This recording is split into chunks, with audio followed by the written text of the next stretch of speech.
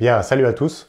Aujourd'hui, je vous propose de prendre un peu de hauteur sur le travail de la voix en réfléchissant finalement à comment est-ce que la voix va me permettre de mieux me connaître et comment le fait de libérer ma voix va m'aider à vivre ma vie différemment.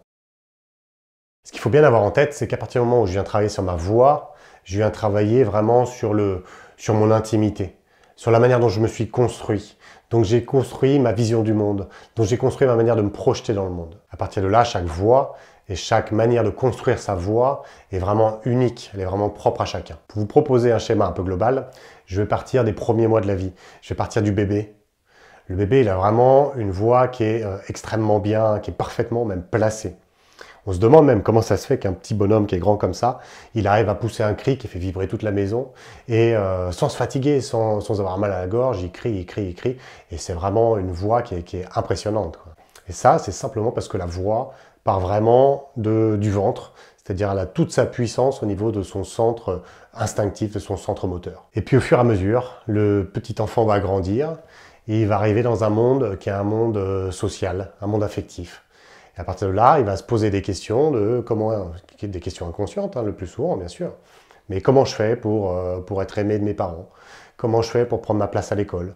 Comment je fais un peu plus tard? Comment je fais pour séduire? Etc., etc. Il va construire finalement une forme de personnalité. Il va construire un personnage. Il va construire une vitrine. Finalement, la vitrine va être sa manière, ou la meilleure manière qu'il a trouvée de s'intégrer dans un environnement social, dans un environnement affectif. La difficulté, c'est que bien souvent, la vitrine reflète qu'une partie de ce qu'il y a derrière.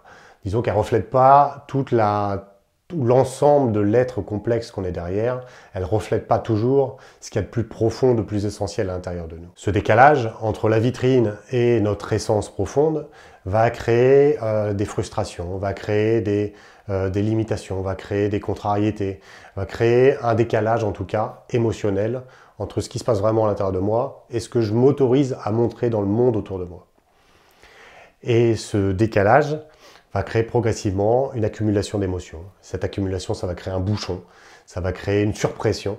Et la surpression va énormément se placer à partir de là, au niveau du plexus, au niveau de la cage thoracique, au niveau de la gorge, au niveau des mâchoires. Alors, les épaules qui montent, on va avoir le diaphragme qui a du mal à bouger, la respiration qui va devenir plus serrée, plus petite, les mâchoires tendues, la nuque raide. Et tout ça sont des signes d'émotions qui sont là en surplus. Et ma voix va pâtir de ce bouchon, c'est-à-dire qu'elle va se couper progressivement de mon centre instinctif pour remonter à mon centre émotionnel et pour passer finalement plus qu'en résonance au-dessus des épaules. Comme si finalement ma parole, ma communication, ma manière de rentrer en contact avec les autres va plutôt privilégier ma vitrine plus que ce qui est là à l'intérieur, au plus profond de moi et qui est vibrant. Et en ça, ma voix va perdre, elle va perdre en rondeur, elle va perdre en profondeur, elle va perdre en résonance, elle va perdre en puissance, elle va perdre en qualité, en clarté, en manière de me positionner, etc. etc. Et l'image du sablier que je trouve très parlante pour ce travail de voix, c'est d'imaginer un sablier, je vous ai fait un petit dessin d'ailleurs que je vous montre, un sablier qui est rempli d'eau, avec un bouchon au centre. Ce bouchon, c'est ce bouchon émotionnel qu'on a ici, dans notre centre émotionnel. Toute l'eau qui stagne dans la partie haute va être notre esprit qui est surchargé, qui est trop occupé, qui est en permanence en train de passer d'une idée à l'autre, d'avoir un mental hyper présent, d'avoir des doutes, d'avoir plein de choses qui tournent dans la tête. Au fur et à mesure qu'on va faire ce travail de voix, c'est-à-dire se réapproprier la voix, rentrer dans la sensibilité de la voix, progressivement, nos émotions vont commencer à sortir. Ça veut dire que notre bouchon va petit à petit s'effriter. Il va perdre sa consistance. Les émotions qui sortent, il y a plein d'émotions possibles. Moi, à titre personnel, dans le travail de voix, j'ai sorti beaucoup de colère, j'ai sorti beaucoup de frustration, j'ai sorti de la tristesse, j'ai sorti des pleurs aussi beaucoup, parce que c'est tout ce que j'avais finalement accumulé au fur et à mesure de ma vie, que je ne m'autorisais pas à exprimer. Au fur et à mesure que le bouchon s'effrite, l'eau qui est dans la partie haute, dans mon mental, va se mettre à couler. Et ma voix, progressivement, va réoccuper l'espace de mon ventre, l'espace de mon bassin, cet espace en moi qui est beaucoup plus animal, connecté à mes besoins profonds, connecté à ce qui est essentiel en moi. Dans cette profondeur du corps, on va découvrir autre chose. On va découvrir une flamme intérieure. On va découvrir ce qui vraiment nous fait vibrer. On va découvrir ce qui est essentiel pour nous. Et à mesure qu'on vient replacer la voix dans cette profondeur, on va attiser cette flamme.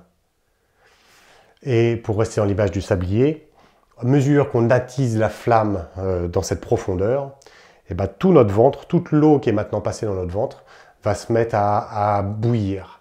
Elle va se mettre à bouillonner. Elle va devenir plus vivante. Elle va devenir plus présente. Et en même temps, nous, on va commencer à gagner en enthousiasme, en envie, en idées, en projet, simplement dans cette confiance de projeter quelque chose de nouveau dans la vie. À mesure que la vapeur d'eau va monter dans le sablier, autant dans le stade précédent, j'avais une eau stagnante, une eau qui était lourde, un mental qui était vraiment trop présent, trop prise de tête, quoi, tout simplement. Autant là, avec la vapeur d'eau, je vais arriver à des idées qui vont être plus subtiles, je vais avoir une vision plus claire, je vais être dans quelque chose de plus sensible, de plus léger. Et puis progressivement, mes perceptions vont s'affiner aussi. Et je vais dépasser un petit peu les limites de ma tête pour rentrer dans une forme de communion ou en tout cas de ressenti plus subtil de ce qui se passe autour de moi. Et là, je vais rentrer dans une dimension spirituelle du travail de la voix. Voilà, c'est en ça finalement que le travail de voix va m'aider à mieux me connaître, va m'aider à me reconnecter à ce qu'il y a de plus essentiel à l'intérieur de moi, à mes besoins profonds, à mes envies, à ce qui me fait vibrer, à cette flamme intérieure. Et puis, au fur et à mesure, elle va m'aider aussi à me positionner, c'est-à-dire que le fait d'avoir reconnecté ce qu'il y a d'essentiel, la deuxième partie, c'est d'avoir envie de le manifester, c'est-à-dire avoir envie de s'exprimer, avoir envie de se positionner par rapport à ce qu'il y a d'essentiel et privilégier finalement la profondeur plutôt que la vitrine. Voilà quelques éléments, quelques réflexions pour nous aider à prendre un peu de hauteur par rapport à ce travail de la voix, à sortir un petit peu de cette notion de performance avec la voix, d'un côté scolaire, mais plus pour rentrer dans une dimension sensible, personnelle, dans une dimension sacrée aussi de ce travail de voix. Voilà, je vous laisse partager dans les commentaires, que vous soyez d'accord ou pas d'accord avec ce que je viens de dire. Si vous avez des remarques, si vous avez des compléments à faire, n'hésitez pas. Et moi, je vous dis à très vite pour une nouvelle vidéo de Yoga du Son.